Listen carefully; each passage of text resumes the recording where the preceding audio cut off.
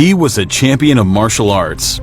Known for his lightning-quick fighting style, he was also a nunchuck master, a filmmaker, and much more. He changed Hollywood and Hong Kong's style and brought Kung Fu into Western popular culture.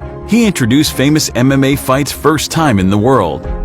In 1939, Li Hoi Chuan, a Chinese opera singer, brought his wife Grace and 3 children from Hong Kong to Chinatown in San Francisco, the USA on a performance visit.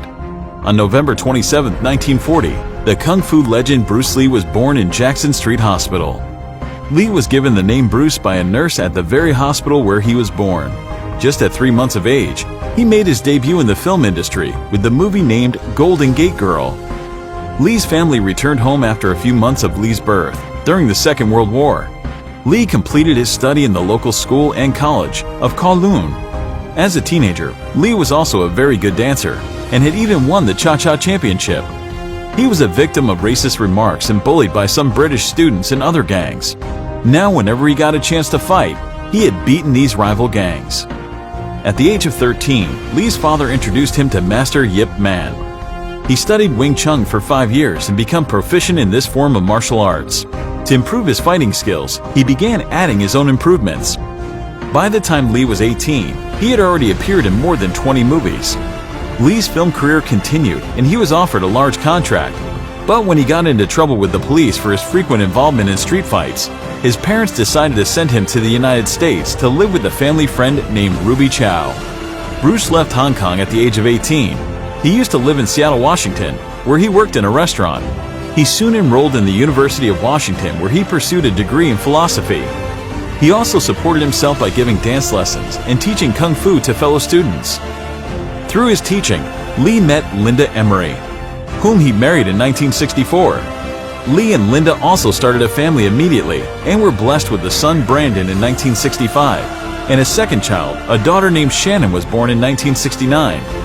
Lee developed a new fighting style called Jeet Kune Do and had opened his own martial arts school in Seattle. He and Linda soon moved to California, where Lee opened 2 more schools in Oakland and Los Angeles.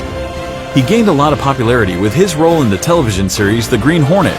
The show was canceled after 1 season, but fans would long remember Lee's role. Lee became an iconic figure known throughout the world, particularly among the Chinese, based upon his portrayal of Chinese nationalism in his films. Lee appeared in the 1964 Long Beach International Karate Championships and performed repetitions of 2-finger push-ups. In the same Long Beach event, he also performed the deadly 1-inch punch to volunteer Bob Baker and caused him to fall on the floor. Baker later recalled, "I told Bruce not to do this type of demonstration again. When he punched me that last time, I had to stay home from work because the pain in my chest was unbearable." That was hard, don't you think? Well, by the end of 1972, Lee became a famous movie star in Asia, and he co-founded his own company, Concord Productions, with Raymond Chow. He released his first directorial feature, Return of the Dragon, in 1972.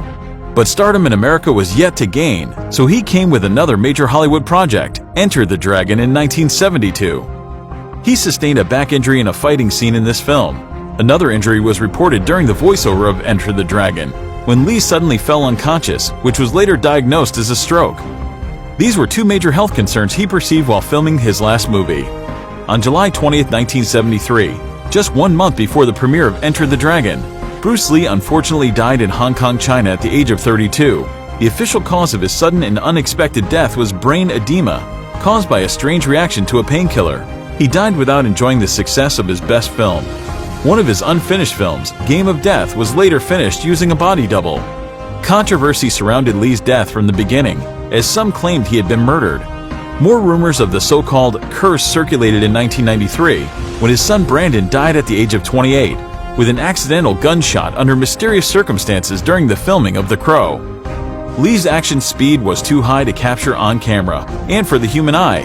His action sometimes played in slow motion to see his movement. His legacy helped pave the way for broader depictions of Asian Americans in cinema, and created a whole new breed of action heroes like Chuck Norris, Jean-Claude Van Damme, Steven Seagal, and Jackie Chan.